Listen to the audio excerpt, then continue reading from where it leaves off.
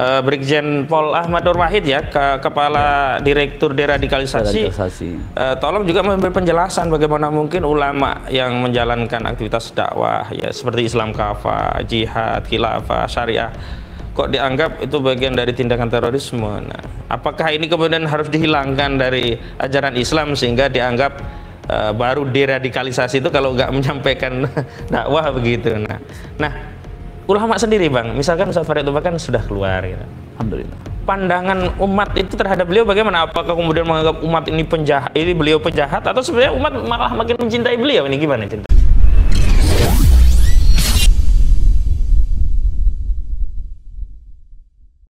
Empat 45 Hijrah ya ini Idul Fitri. 1445. Jadi agenda saya setelah dari Lampung Bang keliling. Masya Allah. Pokoknya silaturahmi Syawal, mana yang ada waktu saya datangi. Udah ke Bang Edi Mulyadi, Bang Egy Sujana. Nah, ini yang ketiga nih ke Bang Ismar. Tadi saya coba kontak Bang Refli. Bang Refli ada agenda lain, belum bisa.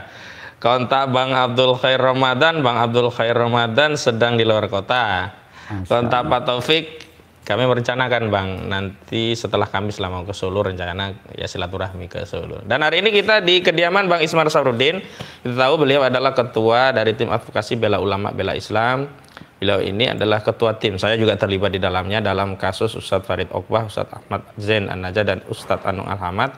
Dan terakhir juga kita baca tulisan beliau yang memberikan respon terhadap aktivitas Densus yang sebenarnya sih ya kita sangat prihatin ya, karena selalu saja kalau terkait terorisme itu umat Islam yang disasar begitu.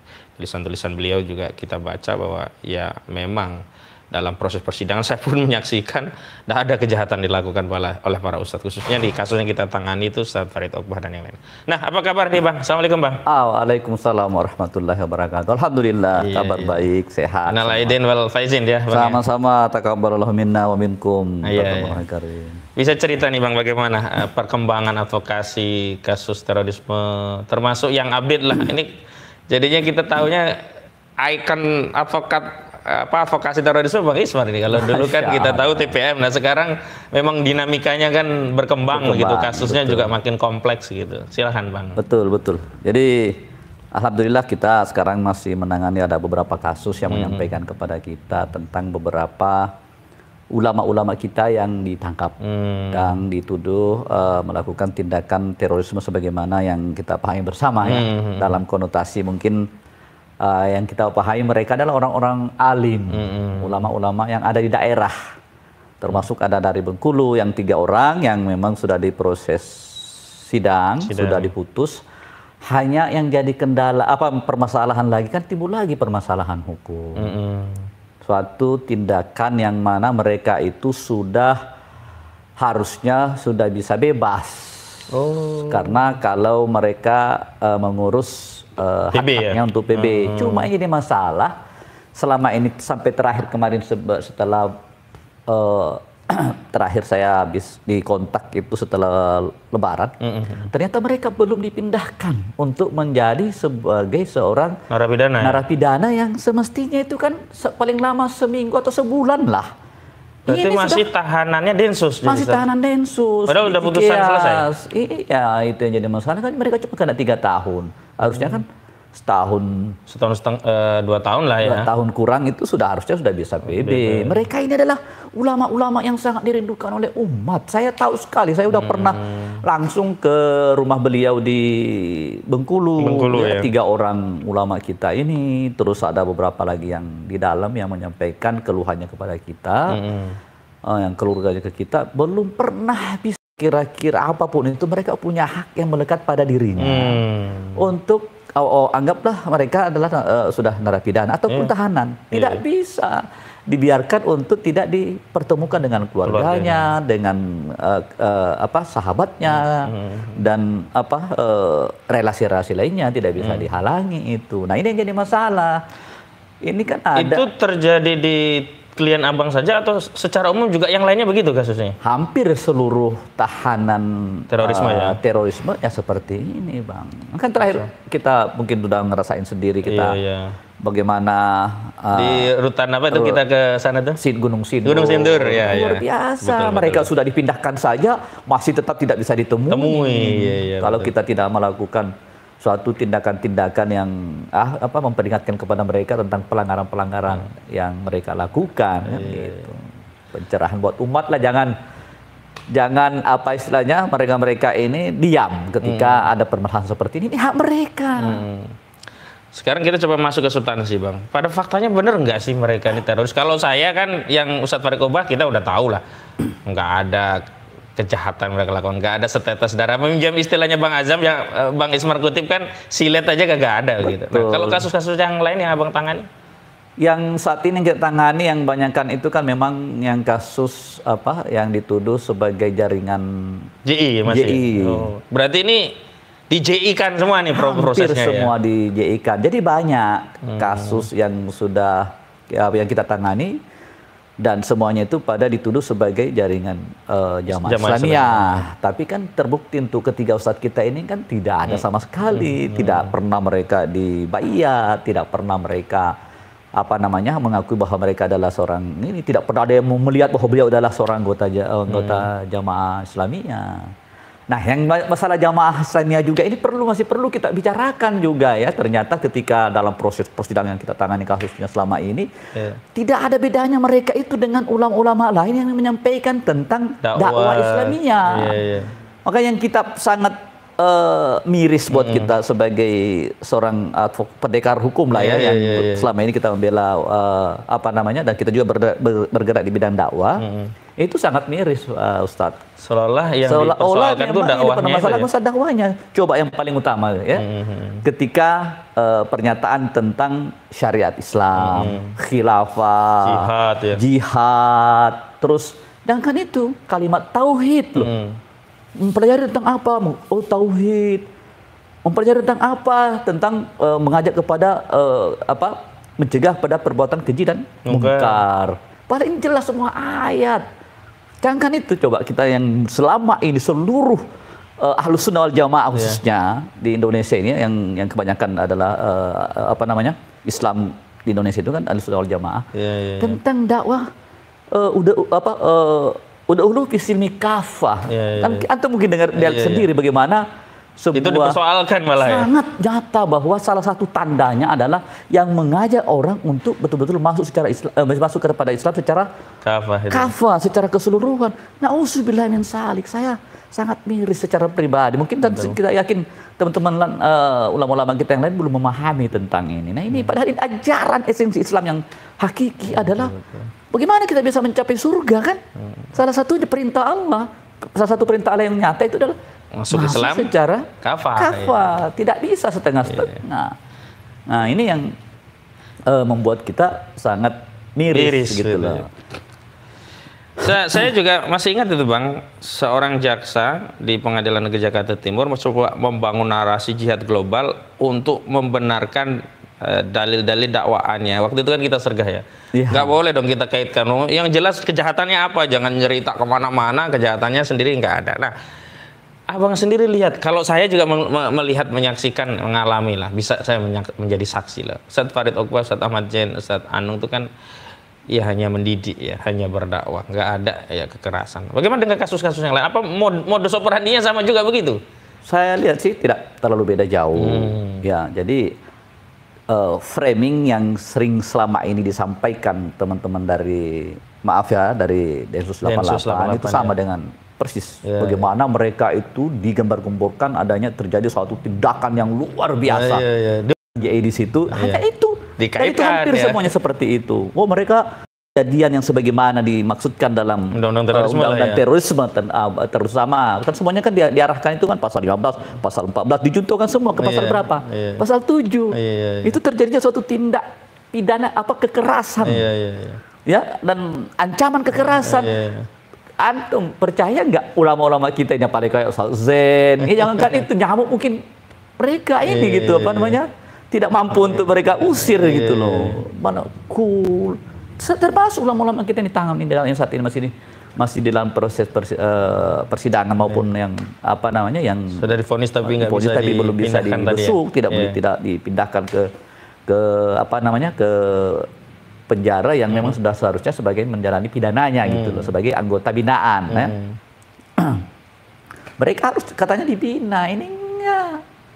Kalau di Cikeas itu betul-betul di sana tidak bisa dibesuk, ya tidak bisa sembarang masuk, mereka mau berkarya mau bikin tulisan apa segala nggak bisa. Karena apa?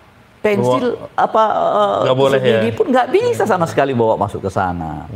Jadi ini yang jadi masalah, ini pelanggaran. Ini menarik sebenarnya bagi Densus 88 untuk bisa memberikan klarifikasi sekaligus mengoreksi tindakan kalau tidak berdasarkan undang-undang. Karena kita kan melakukan tindakan itu kan dasarnya undang-undang. Termasuk tadi bagaimana mungkin orang sudah vonis, bahkan vonisnya tidak diambil upaya hukum, ikrah kok tetap dalam kendali Densus, tetap di rutan Cikeas. Harusnya kan sudah menjadi kewenangan Menkumham. Dan Menkumham juga harus memberi klarifikasi bagaimana mungkin kewenangan Menkumham untuk membina warga binaan sebagai narapidana kok dikooptasi oleh Densus 88 kok diam. Nah, termasuk Brigjen Pol Ahmad Nur Wahid ya, Kepala Direktur Deradikalisasi.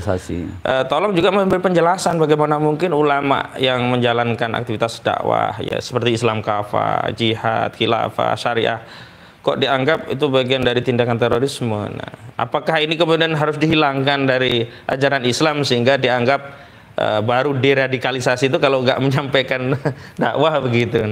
Nah, ulama sendiri Bang, misalkan Ustaz Farid kan sudah keluar gitu.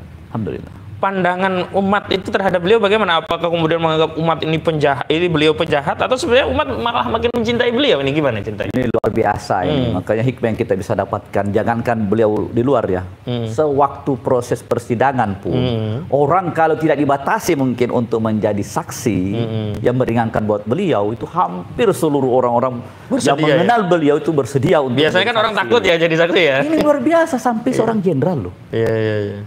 Jenderal bintang 2 menangis di persidangan menyampaikan bahwa kalau bukan Ustaz Farid, saya tidak mengenal Islam. Sebagaimana yang sekarang beliau jalani, nikmatnya kehidupan, bagaimana memahami tentang Islam yang sebenarnya, yang mereka mencintai ibadah-ibadah. Jangan dia bilang, saya tidak bisa mengaji Pak. Setelah ada Ustaz Farid satu kompleks dengan saya, Masya Allah, sampai beliau mengeluarkan air mata. Begitu keluar, Masya Allah. Termasuk sekarang ini Ustaz Farid dan ketiga Ustadz kita ini sekarang makin laris dibanding dulu. Iya, ngisi di mana-mana ya. Ngisi di mana-mana. Sampai tadi sama beliau lagi saya berjumpa di masjid karena beliau diundang di salah satu masjid. Saya berjumpa dengan beliau baru pulang dari dari Jawa Timur karena diundang oleh salah satu beberapa ini DKM masjid, termasuk ke NTB. Luar biasa. Aktivitas beliau malah sekarang ini semakin besar, semakin banyak, semakin masif, dan masyarakat luar biasa. Jadi kalau kita berbicara tentang bagaimana pandangan masyarakat melihat ini, makanya harusnya ini introspeksi buat teman-teman di Densus ataupun di BNPT, bahwa ternyata masyarakat saya rasa nggak percaya. Kalau mereka percaya pasti menjauh, takut teroris. Cuma kan mereka paham siapa ulama-ulama kita ini yang selama ini menyampaikan tentang kebenaran, kesejukan, bagaimana masuk surga, bagaimana jangan jahat kalian. Kalian itu harus bertakwa kepada Allah, kan itu yang dia sampaikan, termasuk kita ini. Dan sebenarnya agak kontras juga ya Bang ya. Kenapa? Karena di satu sisi ulama kita yang hanya dakwah yang lembut dianggap teroris, sementara di Papua yang terakhir kan korbannya TNI, polisi, sipil pun jadi korban, kok enggak pernah ada nomenklatur teroris gitu. Terakhir saya nonton itu ada ada beberapa wanita yang diculik itu, telanjangi, diperkosa, Astagfirullah, sadis sekali gitu loh. Nah ini kan yang di depan mata ini nyata teror. Melakukan suatu tindakan ini, fokuskan ini teman-teman dari anti teror Densus 88 difokuskan, mereka latihannya sudah luar biasa, biayanya luar biasa buat mereka. Kenapa nggak difokuskan ini dulu nih? Daripada nangkepin ustadz-ustadz ini yang saya rasa tidak ada sama sekali bahayanya. Dan yang rugi bukan hanya Ustadz, jamaahnya itu kan jadi nggak diisi kan. Dulu kan ada yang nangis. Pencerdasan bagi masyarakat, bagi umat, itu akhirnya terhalangi. Mereka ditangkap. Kan kasihan mereka. Padahal ada nyata. Dan saya yakin, kemarin itu saya salut dengan statementnya Habib Rizik. Oh iya betul. Mereka, wah kita ditantang tapi kita tidak kasih senjata. Saya usulkan lagi, kasih senjata para ulama-ulama ini untuk membina masyarakat untuk datang ke Papua. Iya. Saya yakin mereka mau. Iya. Kalau untuk negara jangan ragukan ulama-ulama kita. Memerdekakan Indonesia aja mereka siap untuk mempertaruhkan nyawa. Apalagi ini. Iya. Coba kalau pemerintah memfasilitasi itu, udah kalian dakwah di sana, kita kasih senjata. Iya. Harusnya kan membangun narasi sinergi ya dengan ulama kita. Bukannya bentrok malah menghalangi dakwah. Betul, Dunia akhirat kita akan bertanggungjawabkan ini. Betul. Ini juga belum tentu di negara Indonesia seperti ini terus. Suatu saat juga akan mendapatkan relnya itu. Iya, kalau ketika itu kembali bahwa salah apa yang kita lakukan, ya kasihan kalian nanti akan jadi masalah juga gitu. Betul. Dan kan dampaknya kan bisa ke yang lain juga. Betul. Karena dia berbuat zalim, nanti dampaknya ke keluarga, anak susah sekolah, entah anak narkoba kan macam-macam. Doanya ulama kan bahaya. Dan benar itu, Ustaz. Iya. Ada hal-hal yang banyak kita lihat di depan mata. Yang mereka belum pensiun aja itu udah kena masalah. Dan itu kan memang Allah yang sudah menyampaikan bahwa orang zolim itu dibalas di dunia dulu ya. Di dunia dulu mereka. Akhirat nanti ada hitungan lagi.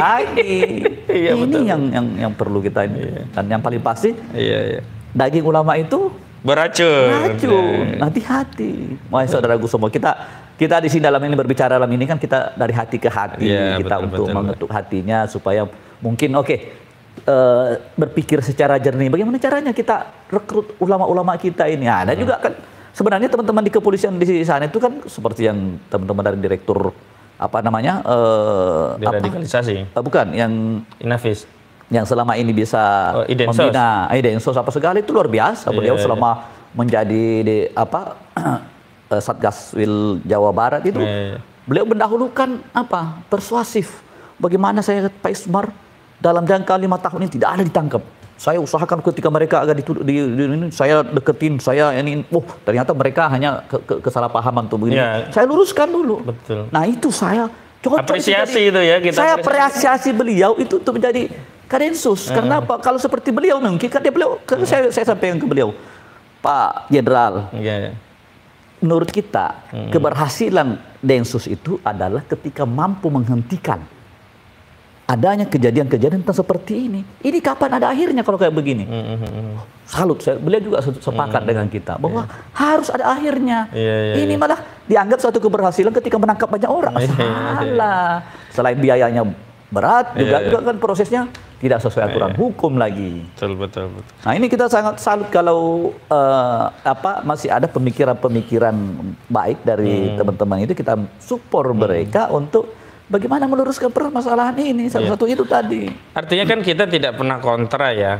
Terorisme itu memang musuh kita. Musuh kita bersama, semua pasti. Iya, yang dimaksud teroris itu siapa? Ini yang harus benar. Itu yang perlu diluruskan. Betul. Karena selama ini memang pemirsa praktiknya korban terorisme itu selalu umat Islam ya. Rata-rata terduga tersangka itu agamanya Islam, ulama, ustadz, dan narasinya terkait jihad, dakwah. Yang terakhir kemarin yang di Sulteng, yang Pusu itu kan ditangkap katanya ini ada bagian yang doktrin dakwah. Lah, kok dakwah kok dibuat doktrin seolah-olah jelek banget, apa ini komunis? Nah, ini masukan juga buat para teman-teman di Densus ataupun di deradikalisasi maupun di di BNPT.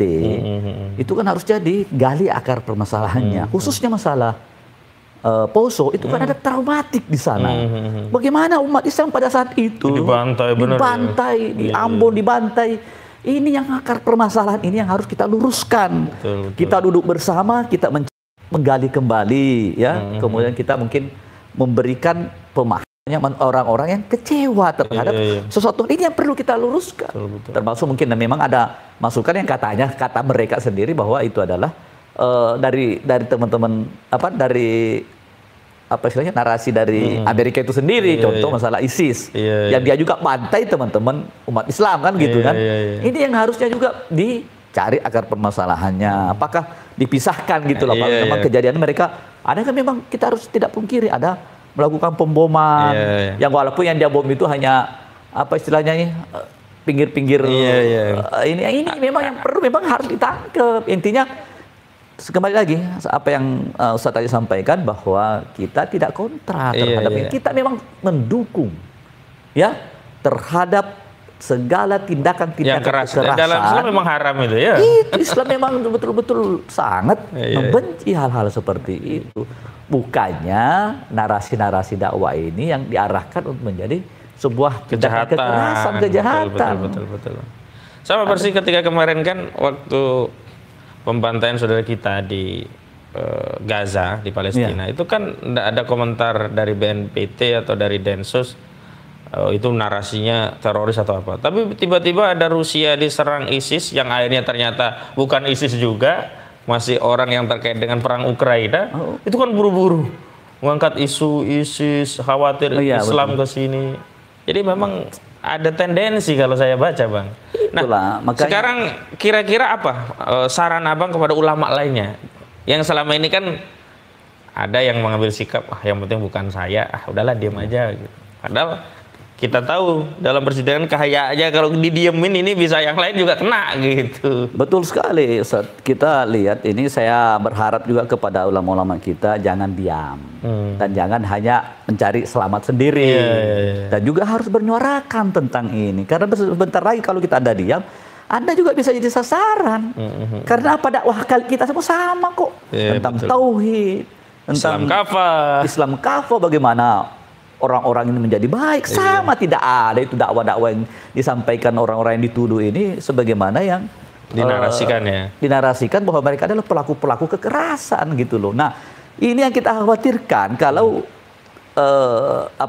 ulama-ulama lain diam, hanya mencari selamat dan ya nanti sebentar lagi kalian ini harusnya contoh kayak kemarin ustadz kita kan ya awalnya memang pada terhenyak ya, kaget ya. Harusnya begitu belakangan ini kan lama-lama pada datang kan untuk beliau. Dan itu membahagiakan sekali bagi yang kena musibah lah ya, luar biasa. Satu hal pelajaran berharga buat kita lawyernya ini, saya pribadi, antum juga kan, berapa kali kita temui ustadz kita, alhamdulillah tidak ada sedikit pun mereka itu merasa down. Itu membuat kita juga jadi semangat untuk bela mereka. Kenapa dia bilang? Salah satunya itu ada orang yang merasa disalimi banget begitu. Apa pesannya beliau? Mereka tidak mengetahui bagaimana nikmatnya semakin keras mereka untuk melakukan kezaliman itu. Dia nggak tahu bahwa ada kebahagiaan tersendiri yang akan didapatkan di situ. Dan itu kita rasakan juga kan. Ketika kita merasa lemah, ketika kita datang lagi besuk ulama-ulama kita yang naik kita penjara. Ya, Masya Allah. Serasa tercas, Ustaz. Mereka aja dalam kondisi terzolimi, nggak melakukan apa-apa. Dia dipenjarakan, dia dibatasi segala hal yang mereka selama ini mereka merdeka. Kita di luar kalah besar dari mereka. Kita bisa gampang terhak, gampang menangis, gampang lemah banget, bemble, merasa apa istilahnya ini, curhat kemana-mana. Beliau, Masya Allah, kita curhat kepada mereka, bukannya mereka bermasalah, kita curhat kepada mereka. Yang kedua, pesan apa untuk lawyer-lawyer nih, advokat nih? Kan bagaimanapun kan sekarang peran sentral dan strategis lawyer itu luar biasa, Bang. Karena mau tidak mau kan sekarang pertarungannya selain dakwah juga pertarungan hukum juga begitu. Apa saran Abang untuk lawyer-lawyer gitu? Saya sampaikan kepada teman-teman lawyer-lawyer ya, khususnya yang memang betul-betul berniat untuk menegakkan keadilan. Tolong jangan hanya kita belain teman-teman yang ada duitnya. Ini banyak yang betul-betul mereka butuh pendampingan yang betul-betul sesuai dengan aturan hukum yang berlaku. Salah satunya ini kan saya sering yang selama ini berbicara apa adanya, tetapi itu jadi contoh ya. Ini Ustaz, saya sama Pak Al-Katiri kemarin melakukan pra-peradilan ya di salah satu di Pengadilan Jakarta Selatan. Kenapa kita melakukan itu? Ada seorang orang tua mereka anak-anaknya ditangkap, itu tidak bisa didampingi oleh pengacara. Begitu kita masuk, wah Anda ini apa namanya? Tidak diterima oleh, iya tapi kan bapaknya menerima saya. Harusnya itu tetap harus kita dampingi, ada pendamping. Itu pun kita udah tahu gitu bahwa yang pengacara di dalam ini, makanya anehnya gitu Ustaz. Kenapa dia memilih pengacara di dalam padahal dia sama-sama dia tidak kenal? Karena dipaksa. Dipaksa untuk mereka tanda tangan. Yang aneh lagi, ya kan? Kenapa orang pengacara ini yang teman-teman yang ditunjuk oleh Densus yang direkomendasikan oleh teman-teman Densus itu bisa sampai hampir seluruh Indonesia dia tangani. Padahal mereka tidak kenal. Siapa yang membayar mereka itu ke sana? Siapa yang menyambungkan? Siapa yang menyambungkan antara mereka? Makanya ini. Jadi kita gini, silahkan menegakkan hukum, tetapi jangan melanggar hukum. Kita sama-sama menghargai profesi kita. Silahkan teman-teman penyidik, ada orang yang ditangkap. Silahkan kasih seluas-luasnya orang yang diproses hukum ini untuk bisa membela diri. Termasuk ketemu lawyer yang dia kehendaki ya. Termasuk menunjuk lawyer yang mereka kehendaki, yang kira-kira bisa dia percayai bisa menegakkan hukum, bisa menyampaikan pembelaan secara maksimal gitu loh. Betul. Bukannya dihalangi. Gitu. Ini juga koreksi lah bagi institusi kepolisian, karena bagaimanapun kita itu kan ya mitra ya, bukan lawan loh. Lawyer itu mitranya polisi, karena kalau kasus itu ancaman 5 tahun ke atas tanpa pendampingan lawyer kan tidak bisa jalan juga penyidikannya. Tapi jangan kemudian lawyer yang memang dikehendaki oleh tersangka atau keluarga itu dihalangi, kemudian dimasukkan lawyer lain yang mungkin bisa sejalan dengan kepentingan. Padahal di undang-undang KUHP maupun undang-undang terorisme sendiri itu sudah dijelaskan juga di pasal 28 itu kan ayat 1 tentang proses penangkapan itu. Penangkapan itu kan pertama ayat 1-nya kan jelas bahwa proses penangkapan itu adalah 14 hari, ya kan? Kemudian penangkapan berikut dapat diperpanjang, ya kan, menjadi 21 hari, 7 hari lagi gitu kan, baru. Kemudian yang ayat ketiganya itu jelas di situ bahwa proses pemeriksaan penangkapan dan proses sampai persidangan itu tunduk dan patuh kepada KUHP dan tidak boleh melanggar prinsip-prinsip hak asasi manusia. Yang nyata lagi yang paling penting itu ya. Di ayat 4-nya penyidik yang melanggar aturan pasal 3 dapat dipidana. Nah, ini dan ini banyak yang kena kalau gitu ini. Makanya betul. Aturan hukumnya sih udah benar kalau untuk persoalan yang satu ini bahwa proses hukum itu silahkan sesuai dengan aturan sesuai kewenangan juga lah ya. Tapi jangan menghalangi kewenangan pihak lain gitu ya. Melanggar prinsip hak asasi manusia. Betul. Seseorang berhak untuk menunjuk pengacaranya, bisa setiap saat untuk melakukan konsultasi, dijenguk keluarga juga. Keluarganya juga untuk datang besuk, nggak bisa dihalangi nih. Kita masih ingat dulu awalnya kan Ustadz Farid Uqbah juga nggak bisa kita temui kan ya, keluarga juga nggak ketemu. 14 hari Ustadz Farid Uqbah tidak bisa kita temui. Baru kita dikasih kesempatan, kita berdua dulu kan, ingat itu? Aneh mengantuk bahwa saya udah bisa hari ini Ustadz, di hari ke-15. 15 gitu ya. 15 sampai hari ke-15 ke-7-nya ya. Jadi ke-21. Ke-21 ya. Terus yang 14 hari ternyata tidak ada BAP. Apa? Ya kayak orang diculik aja jadi. Orang diculik. Termasuk itu prosedur yang dilakukan oleh teman-teman dari ini kan sistemnya ya diperiksa tetapi tidak di BAP, apa istilahnya? Interogasi ya. Interogasi. Kan ada khusus tim interrogator. Interrogator ini bermasalah.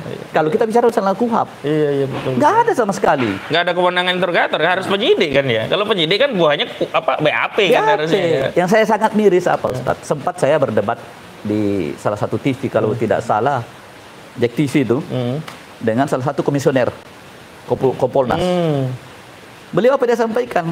Makanya saya bilang seorang jenderal aja, mantan jenderal ya, menyampaikan bahwa ini sama halnya katanya di kasus lain. Contoh di narkoba, pun di luar proses persidangan, itu seseorang ketika dia minta untuk itu, saya bilang Ustaz, harusnya kan dia merujuk pasal berapa yang bisa jadikan dasar kayak gitu. Saya sampaikan itu dia tertinggal. Makanya saya bilang ini yang jadi masalah untuk juga penyampaian pencerahan kepada teman-teman penyidik di kepolisian juga.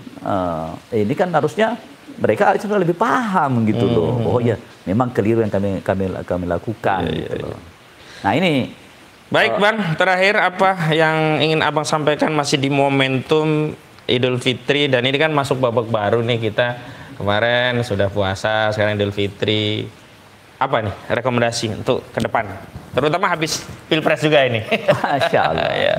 Iya, kalau untuk saya secara pribadi, ya ini mungkin kita ke depan ini selain persaudaraan semakin ditingkatkan, persatuan umat harusnya semakin diperkokoh lagi. Dan yang paling pasti kita harus lebih semangat lagi para pengacara ini. Teman-teman pengacara harus lebih semangat lagi dong bela umat, bela orang-orang yang terzalimi, bela orang-orang yang membutuhkan jasa Anda sesuai dengan koridor hukum yang ada.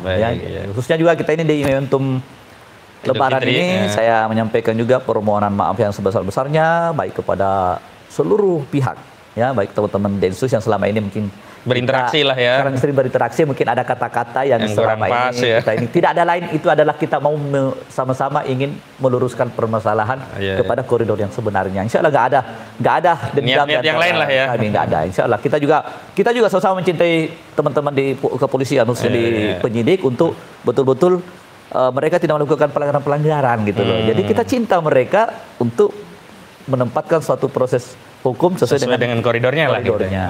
Begitupun juga teman-teman lawyer yang selama ini kita mungkin berbeda pandangan ya, kita mungkin sama-sama untuk introspeksi diri, kita saling minta maaf ya.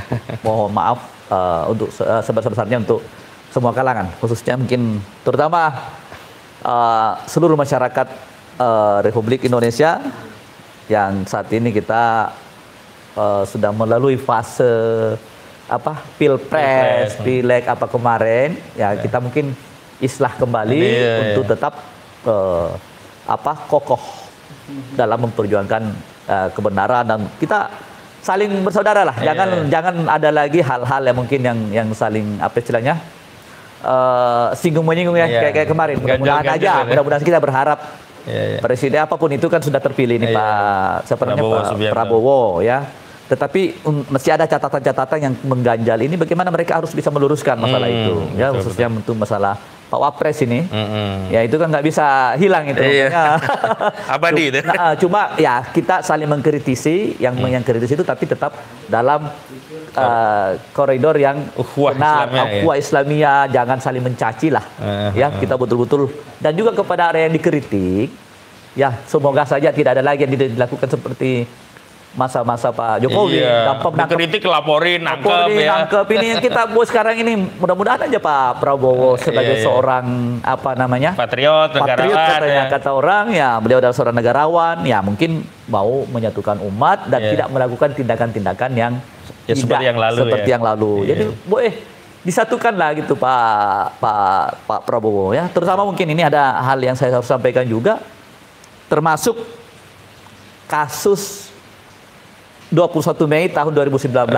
Karena beliau secara langsung itu ada ide ke kita, meminta kepada kita bahwa dia berjanji akan menegakkan hukum itu ketika beliau sudah berkuasa ya. Nah, mudah-mudahan ini ada hikmahnya, dan saya nanti ini nagihnya sekarang ya. Nah, saya nagih kepada beliau ini. Makanya nanti teman-teman yang korban ini ya, keluarga yang korban yang kemarin itu yang terbunuh kan ada 10 orang. Tahun kejadian di depan Bawaslu. Jadi keluarga-keluarga ini mungkin kita nanti bersatu lagi, kita coba minta baik-baik kepada beliau. Saya yakin ya ini harus ditegakkan, pelakunya itu harus diproses hukum. Kalau enggak, mereka akan melakukan berulang-ulang itu. Betul sekali. Betul. Ya, jadi dunia akhirat juga itu harus dipertanggungjawabkan. Baik, demikian pemirsa hasil silaturahmi Syawal kami ya dengan Bang Ismar Sabrin, Ketua Tim Advokasi Bela Ulama dan Bela Islam, lawyer dari Ustadz Farid Ubah, Ustadz Anung, dan Ustadz Ahmad Zain An-Najah. Ketua tim saya dulu karena kami satu tim. Mudah-mudahan ada manfaatnya. Wassalamualaikum.